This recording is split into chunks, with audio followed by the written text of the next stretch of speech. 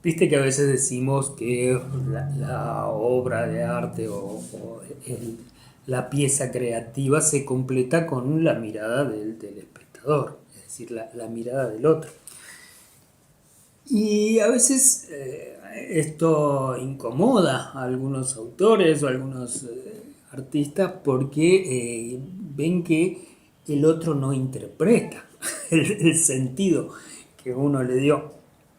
Eh, Ocurre que aún así, igual es necesaria la mirada del otro, la voz del otro, porque ahí es cuando la obra, el hecho estético va a adquirir su verdadero valor, valor en el sentido de socialmente hablando, de algo que se comparte, ¿sí? Entonces este conflicto entre sentido y valor me parece importante. Al menos debemos darnos la opción y darle la opción al otro de escucharlo, de atender sus interpretaciones. Ya hemos hablado de aquellas personas que por ahí no se animan a mostrar lo que producen. Algunos porque tienen un afán muy perfeccionista, entonces hasta que no esté la obra perfecta, no, digamos que esa obra no es digna de ser mostrada. Así no muestran nunca nada porque no existe la obra perfecta. Por ahí por un ratito, si coincide con determinados tiempos, determinadas circunstancias, pero eso es efímero.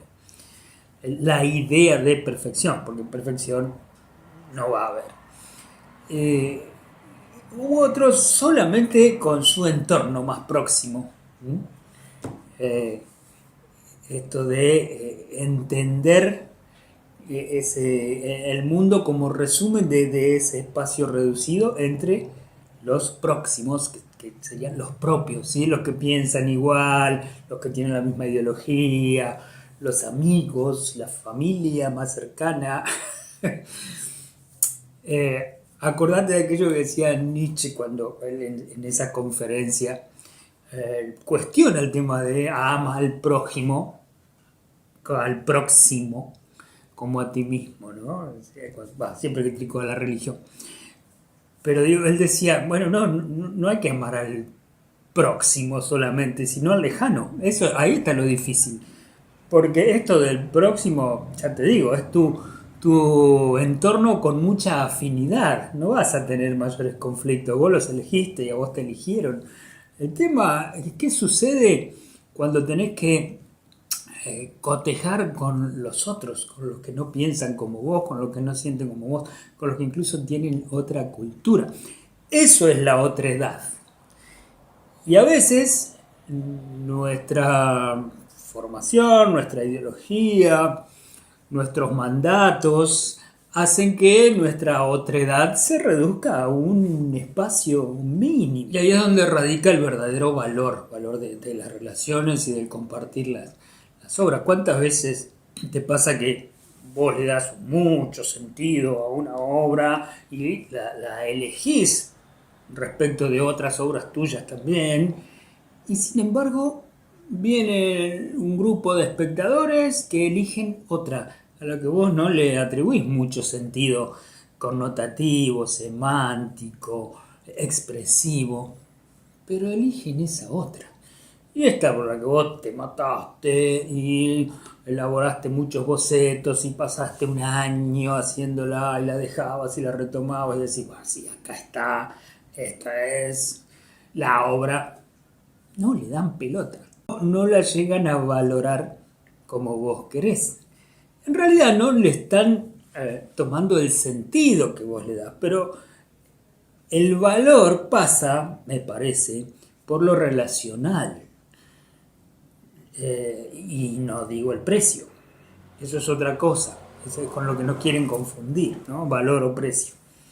Y a veces eso se da muy evidente cuando se producen algunas dicotomías o choques entre determinados grupos sociales, ¿no? Cuando uno viene del interior, siendo joven, a esta gran ciudad de Buenos Aires, se encuentra con que el habitante de la gran ciudad le da un sentido a la vida que alguien que viene desde otro lado no se lo da.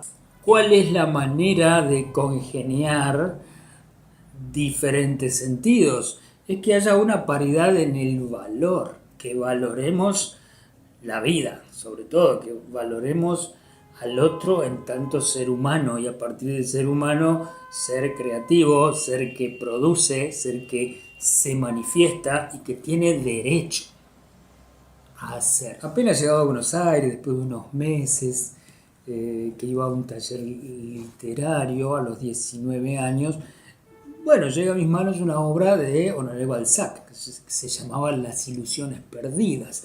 Afortunadamente pude dar con ese libro en aquellos momentos, porque ahí Balzac me muestra esa dicotomía en estos grupos sociales, ¿no? Ese personaje que desde el interior se traslada a la París del momento, estamos hablando de primera mitad del siglo XIX, con la Restauración, ya había pasado Napoleón, en fin, donde había una sociedad muy especial y este pibe que venía del interior de Francia tenía otro tipo de valores, inocente, en fin.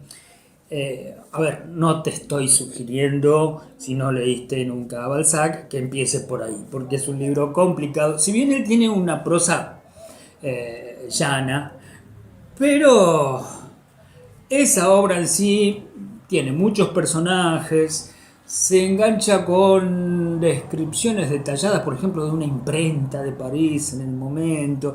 Es decir, es una obra con bastantes altibajos en el sentido de poder seguirla, ¿no? Desde la atención. Eh, pero simplemente estoy haciendo referencia porque a mí me sirvió desde esos aspectos. Yo en ese momento no leí todo el libro así de corrido, pero por suerte pude rescatar esas cosas y eso me ayudó para entender la sociedad porteña de ese momento, ¿sí? De la década 80. A medida que la entendía, la iba descubriendo a la vez. Para cerrar con esto de Balzac, si querés leer algo de él, hay un libro muy cortito que es El Coronel Chavet, algo así se llama, no estoy pronunciando bien el francés, que es mucho más ágil que Las ilusiones perdidas. Igual todo, ¿no? Como buen realista de la época, gira en torno de ilusiones perdidas, ¿no? En Balzac. O si no, el Papá Goriot o el Tío Goriot, depende de la traducción. Y esa es una obra más sencilla también, si a alguien le interesa conocer sobre Balzac.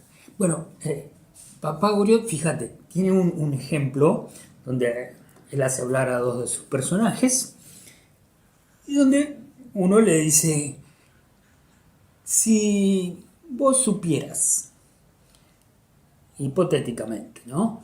Que por cada naranja que comes se va a morir un chino, ¿comerías las naranjas? Y la respuesta fue, yo no conozco ningún chino, aparte los chinos están muy lejos. Y siguió comiendo naranjas, como si nada.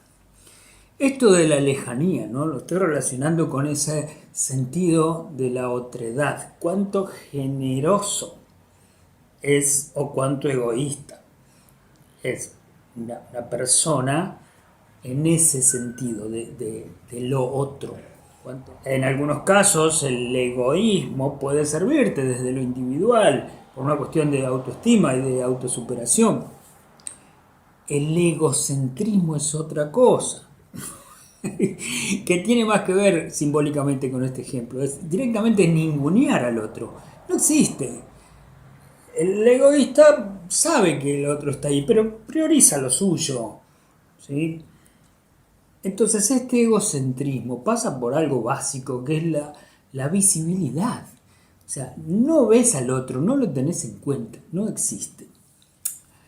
Me pasó hace poco en dos grupos de alumnos, ¿sí? Con estos conflictos que estuvimos aquí en Argentina, de Jujuy, donde les pusieron una constitución nueva, decretada por una élite dominante, también puesta a dedo, no democráticamente, desde la esfera del poder judicial de la provincia, todo manejado por un dictador.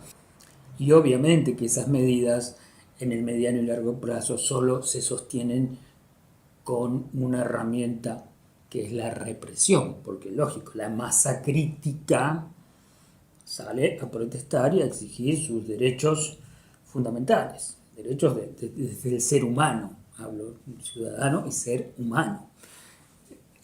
Entonces, como eso fue tan terrible, tan alejado, no solo de lo democrático, sino de el sentido y el valor de la vida, del valor de la vida, es que a nivel nacional se decretaron asuetos, los docentes no fuimos a dar clases. Entonces, un alumno preguntó, no hay clases, ¿por qué? Por los salarios que piden más. No estaba ni enterado de lo que estaba pasando. Eso muestra, por un lado, el mutismo mediático, ¿sí? Del poder. Y por otro lado, esta poca extensión de la visión que tienen algunos respecto de la otredad, ¿no? Porque otro alumno dijo, pero es en Jujuy. Como diciendo, no pasa acá. ¿No? Decían, ¿por qué vamos a suspender las clases? ¿Qué tenemos que ver? Dijo, es tu país. Y son personas. A tal punto tenemos que ver que ese dictador es candidato a vicepresidente. Vos fíjate que está ese ninguneo, esa no visibilización del otro en ese caso. Entonces, fíjate, es como aquello que decía Berkeley, ¿no? La necesidad de ser visibilizado. ¿Sí? Eso es lo fundamental. Hay muchas personas que no llegan a ver esa otredad. Muchos lo justifican desde el lugar de la modernidad, ¿no?